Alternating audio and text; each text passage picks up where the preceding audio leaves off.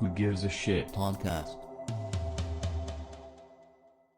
Yeah, so I dropped the ball on that one. That's ADHD for you. Um, yeah. I, you know, all it takes is kind of a handful of people telling me that they actually enjoy this kind of podcast thing and these recollection and memories. So yeah, that's why I'm gonna continue. Unfortunately, I mean it's also the other way around. If a handful of people tell you like what you do is sucks, it kind of really has an effect on my creative output. I've said that in the past, and it's clearly showing. It affects me. Everyone tells you like if you publish something, you should have thick skin and ignore the haters and stuff like that. I mean, but we grew up before the internet. Like kids these days are maybe with thicker skin. But I came into this entire thing really, really like innocent, and with a naive point of view that everyone would get what I'm doing and would understand it and would take it for what it is. But I mean that's not the case, obviously. But let me go back a bit. I checked really, like, obviously I can't hear myself talking. But I went back to the previous parts, and I think I skipped some parts that could be interesting. I mean, when I said we were at this MOS Records, or what they were called back then, who kind of only signed us on, to be honest, because Richard was in the band, and they were big fans of his neoclassical stuff. But I mean, it gave us a head start, and yeah, they were kind of this new company with. They had some guy who gave them money or something, kind of a finance, yeah, like a shareholder, probably you would call it. So they blew a lot of money in the beginning on the few bands they had, and they basically just had us, their own band, and then they had some black metal band from Switzerland. So and they invested in those bands, and in our case it was we were there at the right time when the Gothic magazine Orkus really broke out in Germany and kind of took over from Zillow, basically by focusing solely on goth stuff. I mean, there was also the Sonic Seducer and other magazines at this point. Also, there was I think it was called Gothic Grimoire or something. We had kind of a almost lawsuit with them later on. I probably gonna talk about this later, but they kind of invested a lot of money in us. So it was really still the time, and this is also the reason why I'm gonna kind of talk about this, because obviously there's a lot of frustration. In me, obviously. So this is more like therapy. Everyone tells you like, oh, it's so great today. That was the argument initially with the internet, that everyone can present themselves, but it has become so competitive and so oversaturated, and so much. I mean, a flood of information is coming to everyone, and check out my band, this and that, and every artist these days has to be kind of a social media expert, or just like suck up to everyone, like, hey, come on, have you seen my new fake it till you make it kind of thing, and be nice to everyone because they might say something bad about you in a way. It's not how I grew up. I mean, the people I idolized were kind of known for being difficult during interviews or even concerts. Just look at like someone like Jim Morrison, who told the audience like that they're all like fucking slaves, and they don't understand that they're being manipulated and things like that. And this was what I was coming from, and it was very hard for me to I mean adjust in a way. Like I cannot adjust. I don't even know how to do anything anymore these days. To promote yourself. I don't have the energy. You need to be a businessman more than an artist today. And I'm coming from a place where I put everything into the art, and I've seen that with recent releases of myself. Like I put everything into the finished product, and then I have like emotionally and financially nothing left for the promotion. But the promotion is more important than anything else these days. You can just sell everything anything, basically, all kinds of bullshit if you have a nice, good campaign and some specialists behind it. And I mean, you might hear it between the lines now, because I'm also done, pretending. Not so like pretending to be nice, because I am nice. I'm just pretending to like what's going on. I'm not saying I'm okay and I'm not okay. I'm certainly not okay with most of the bands, and neither would the fans be. I just read an interesting book, maybe like autobiography about the Sisters of Mercy, and I've always been kind of inspired, with the drum machine, you might have noticed, and it's more where I was coming from. And like Andrew Eldridge is not someone who's been known for being super nice to the audience, but apparently in recent years he changed that, because I mean, you have to change. You cannot go on stage anymore and tell everyone to fuck off, in a way, because no one will understand the act, and will be really like personally insulted. There's a lot of bands out there, and also that is something that was in this book about the Sisters of Mercy, that he often said in his interviews, that he's coming from this punk background, just grab the instrument, learn how to play and do your stuff. And it's very important for him that it's more like art, and really criticizing the people who just string together some words to the right lyrics. And I've always felt the same looking at contemporary, like Gothic bands, if you want. You have either basically the boy bands that sell on looks and cliches, or you have those who, go hardcore towards the dance floor and create some sort of, another checklist with buzzwords, basically. And there's little place for artistry, in a way. And also the music changes all the time. And for me, as someone who has been like following like the goth scene, in a way, if you want to put it that way, which is also why I kind of grew tired of it after a while, because there has been a gradual evolving of styles, obviously, naturally. But then let's say you come up with something that is just a copy of something that used to be there like 20 years ago, and you're being celebrated as like something, oh, this new band is doing something innovative. Or even you just want like do a carbon copy of the old stuff, and you're suddenly like, oh yeah, that's so cool, finally some band that sounds nice.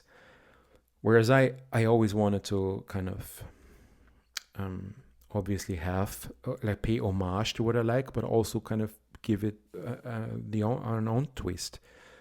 I don't know, like there is no place for a band like Sanguis Cinis anymore in like 2021, or in a way for anything I'm doing, because there's too much old-fashioned mindset. And kind of it feels like the world moved on, but I didn't, which is a recurring thing if you look at interviews with musicians. I've said that, like Mötley Crüe talked about it, that AC/DC, the guys of AC/DC don't listen to anything that's like newer than 1967 or something. And for me, it's the same. I don't follow anything anymore. And I kind of don't like being compared. I never liked being compared, but it's a natural thing, obviously. I mean, like I said before, I felt like we have our own niche. Back then in the early 90s in Germany, and like, let's say the greater German Central European scene. And I mean, probably gonna admit, for the first time when I heard the first Lacrimosa album, I was kind of like, initially I saw it, obviously, because back then you went to the record store and I had a vinyl, and I looked at it and I was like, hey, this dude looks like me. So he's doing the same stuff. So I was interested. I listened to the first album and I was like, hey, this is cool. This is also, drum computer and a bit more like mixing different things. There's a bit of rock there. There's a bit of, classical stuff there.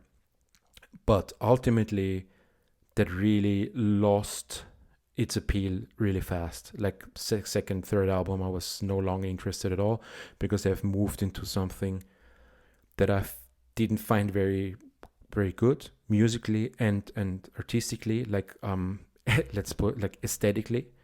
Um, I mean, ironically, I kind of spoke ill of the boy bands, but still, the kind of style, the appeal has always been very, very important to me. Um, yeah, so I always said, like, there was this niche. Everyone had its place. Like Lacrimosa had their own thing. Then Umbra de Mago had their sex stuff. Goethes Erben had their spoken word thing. I mean, there was still like Relatives Menschsein and even like later Dorsace. There were these kind of bands, and I felt like, okay, on this table, there's a room for us with our unique twist. I mean, obviously, you're being compared to other people. That's something. If you read any review about bands, and this is something I learned much later, and it still angers me if I read the reviews and people just, this band sounds like this band, and they basically just show what they know, yeah, or the lack of knowledge. Like, this is my horizon. Like, this sounds like this. So that really upset me that we're not taken for what we are, but being compared. And we've been later on been compared to bands I didn't even know any songs from. Like, I've seen the rise of bands like Asp or ESP or whatever they're called, and bands like Mono Inc. And I don't even know what they sound like. I just know that there are. I mean, I cannot speak about Asp, but I know, for example, like Mono Inc. Really put me off because they're really far detached from this punk attitude I spoke about, when I said you just go there, you do it your thing, and you're kind of, and they came across like businessmen. There's a manager, and the manager demands this amount of sound check time, and all the other bands have to cut their time because they brought their own light show and they need to top the other bands. So it's like this business attitude towards music always put me off, because we had many times when we just showed up, and this is actually a kind of almost a quote from the Sisters of Mercy book. We just showed up in a small van with the guitars and the drum computer, because this is exactly what we did. We had minimal crew. We didn't need a crew. And that's what I liked, like seeing all those bands with the nightliners and whatnot.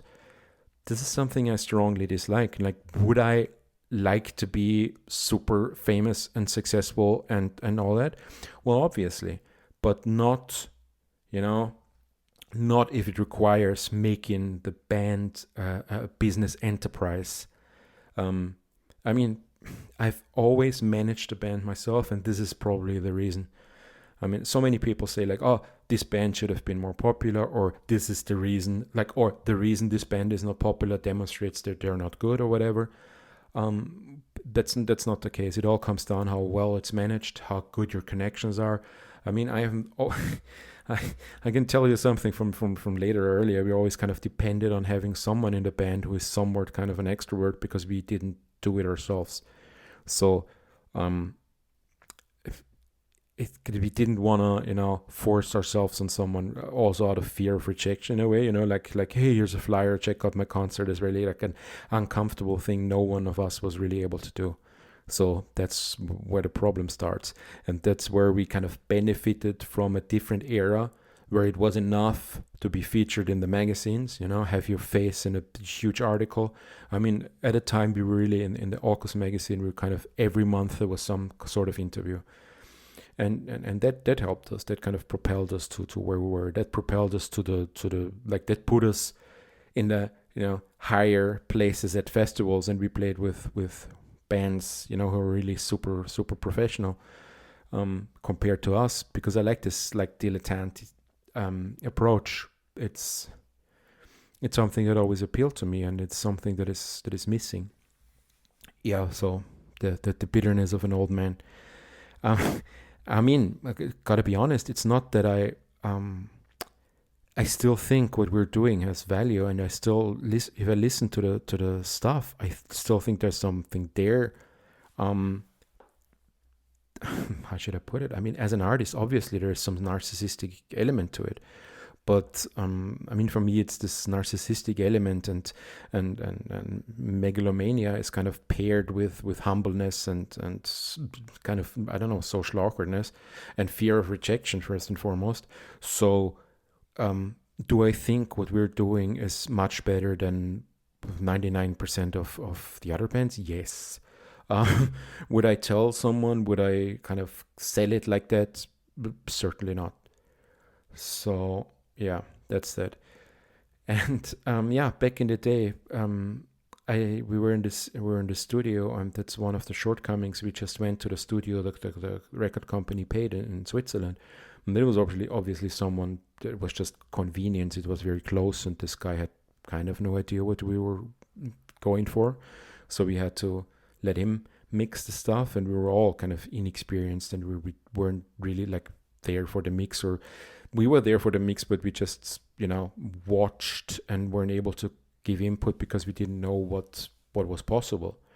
I mean, now I know it would have been possible to do much more, but in time we learned.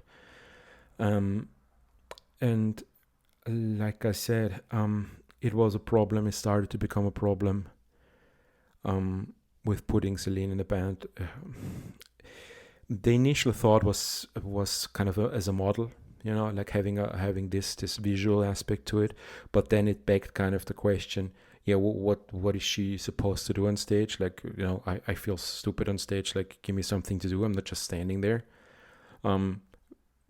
We could have done like some go-go dancer thing or something, but somehow it didn't occur to us. I feel like the entire burlesque thing was not, I don't want to say not as popular, because some people will then tell me that I'm like ignorant, but it was not known to us. So the natural evolution was to kind of involve her more and let her sing or give her parts. And these parts, obviously, over time, they grew into something to justify the existence of a female singer in the band. So in addition to what I said in like over a year ago in the last part of this podcast, it then came to us needing to record the second and follow-up album. With Richard gone, and the songwriting duties like returning fully towards me plus Arthur, we started writing stuff, and I got myself a kind of the same Roland keyboard the record company had, which I had tried out and really liked. Mostly like, again, to the drum computer sound. I really like these kind of 80s snare sounds, and the bass drum, kick drum sounds. So and then I basically just got into it and tried to play it around and kind of wrote some ideas, and then I took them to Arthur, who then added stuff. Like, I mean, the was it Braut im Regen riff is what he added to the song that would have been much more like boring. Yeah, and then we worked on it. And without knowing anything about production, again, brought this keyboard to the same studio again. Which, yeah, I mean, at least Richard knew what to do with his keyboard, so the sound is better, I admit.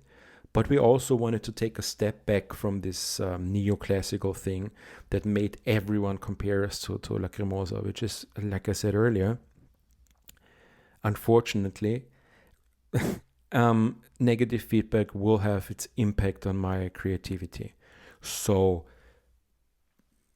in a way, back then, it was very important. Obviously, you have a review in a magazine. This is what gets you gigs, what gets you fans. So it was very important to read those, I thought, at least. Also, you want to read like, ooh, what are they saying? What nice things are they maybe going to say about you? So, and obviously everyone was like, Lacrimosa. So it was very important for me to make this cut. Yeah, we're not a copy. We don't want to be like them. We're very different. Maybe there has been an emphasis on the classical thing on the first album due to Richard coming from that background. But this is what we actually are. So we put more emphasis on this like gothic rock, death rock bit of our music and our musical taste. Because we really weren't into that. So yeah, it sounds a bit more trashy, but partially it was on purpose. And I think other than that, vocal production lacking, because we didn't have the experience. We didn't like, hey, double this, double that, do this, do that, try that out, put that effect on.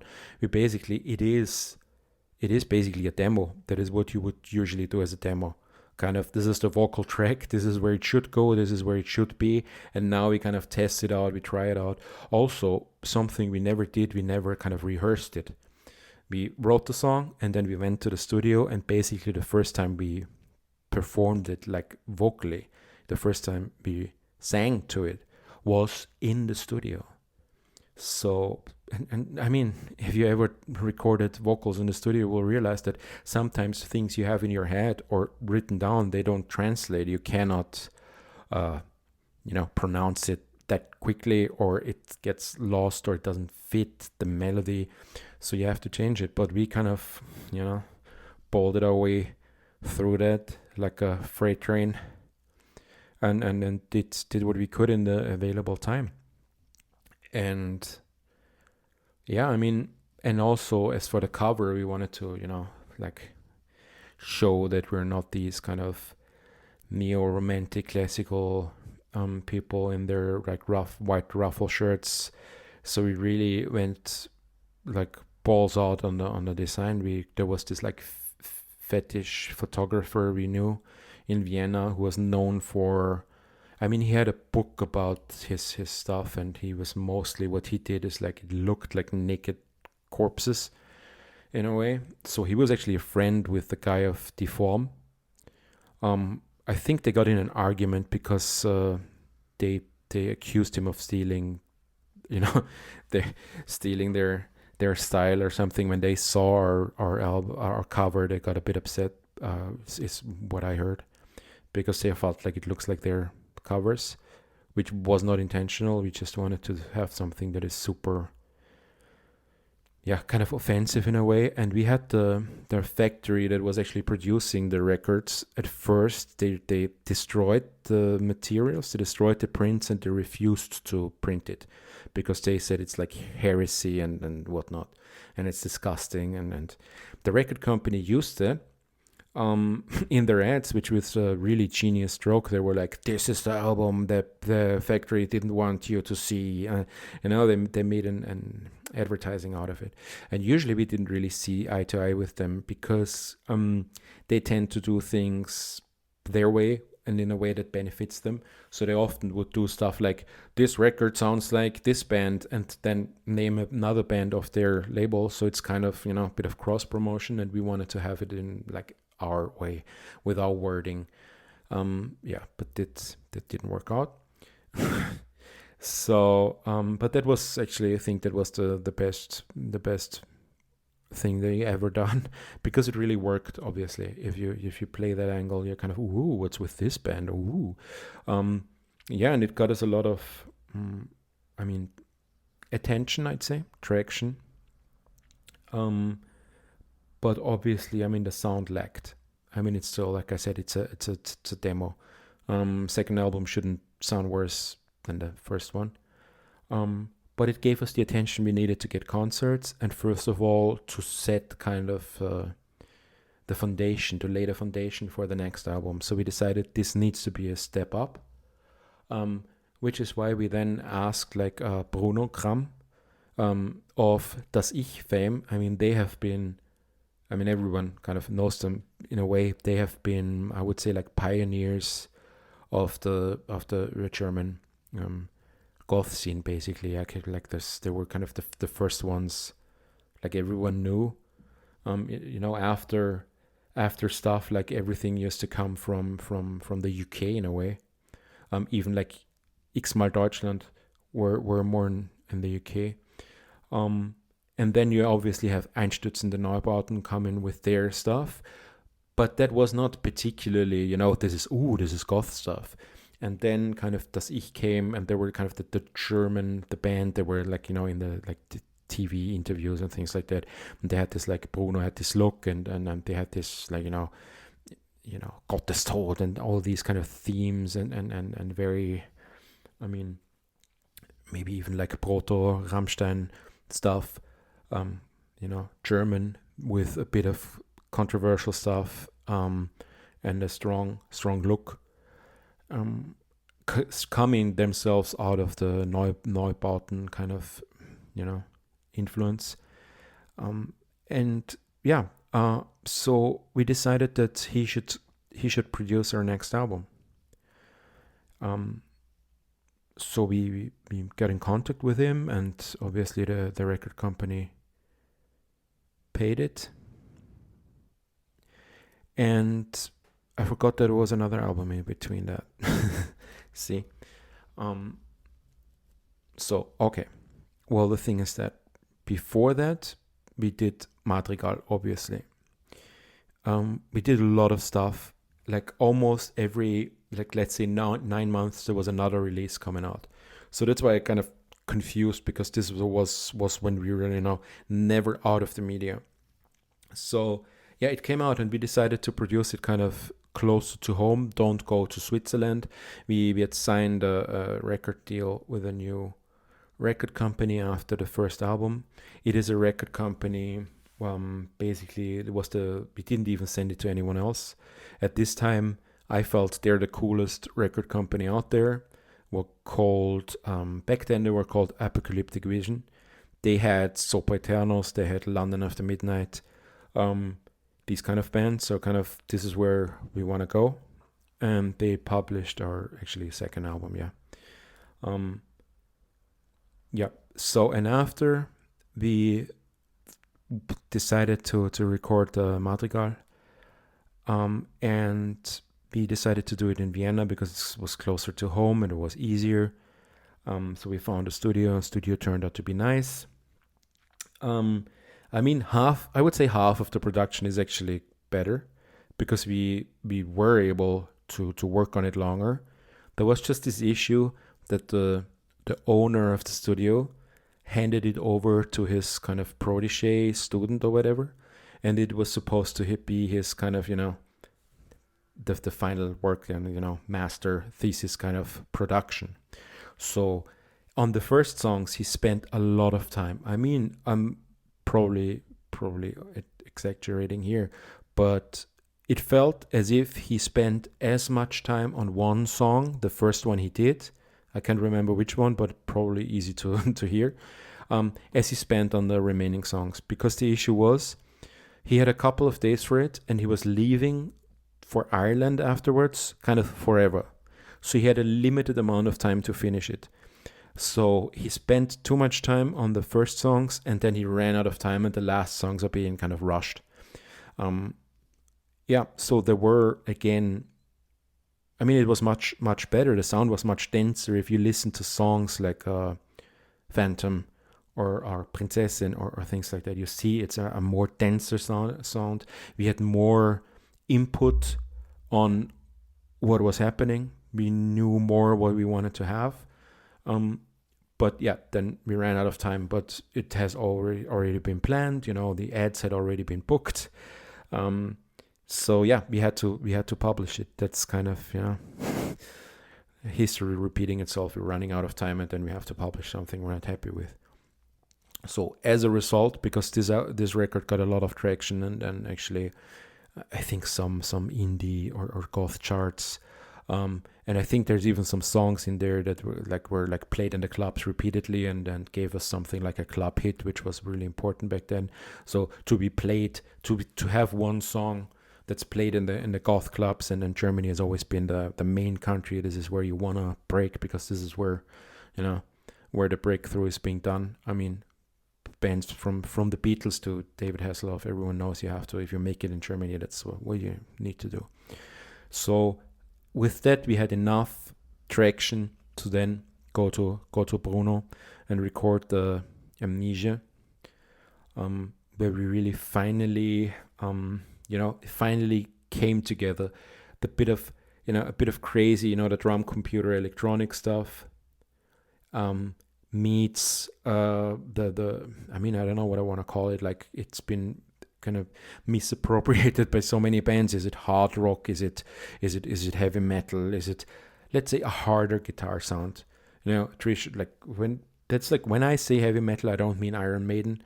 When I say heavy metal, I mean, well, probably I'm super off with that. But what I always meant with heavy metal was not power metal, but more, I don't know, something else. At least you would probably call, I don't know, would you call like the Alice Cooper records hard rock?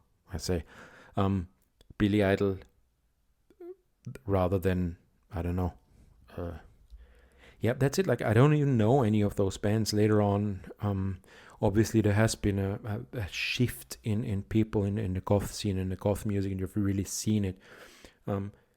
Like, my generation, like, stupid word, but my generation really saw the change from, everyone looks like Robert Smith, the teased hair and the punk look, towards the long hair, leather coats, influx from metal guys, Paradise Lost coming towards the metal thing. And then you have all those, Theater of Tragedy and even Crematory and these kind of bands who kind of played around with the gothic thing. And then it kind of merged to this new look. You will see, like, the 90s goth is very different. You will have the like I said, long leather coats, maybe leather pants, paired with the white frilly shirts and the really long black hair, and maybe this the shaved side of the head kind of look. I mean, yeah, obviously we all did a bit of that, but there was a real transition from music, and where people coming from, the background where people were coming from, where it was at first coming from like a punk area, a more, punk, maybe neo romantic stuff, bands like Visage or even Human League, this kind of thing, towards more like, well, last year I listened to death metal and Morbid Angel, and now I'm moving more towards, Samael, these kind of bands. We were always in this environment of the record company. They did, like I said, also black metals, obviously. I don't know. Once they told me they had Mayhem, which is apparently a very, very famous and big deal black metal band. They had them over in the office and they played our stuff to them, and they were kind of liked it and thought we were cool, which is would be really surprising. I mean, maybe because they had like rotting sheep head on their concerts or something. Yeah, but we were always in a would say, very close to black metal stuff. Like I said, we had the Summoning, Abigor, and probably others somewhere like in our orbit. And since I botched now the entire Bruno thing, I think it's time to stop here. I mean, hey, if there's something you want to know, maybe leave a comment. That would be cool. Or maybe I can answer stuff at some point, because, I mean, if someone cares, they might have answers. If no one cares, I'm recording this for fun. And what fun it is. Anyway, yeah, if you want to hear more of this bitter old stuff, let me know.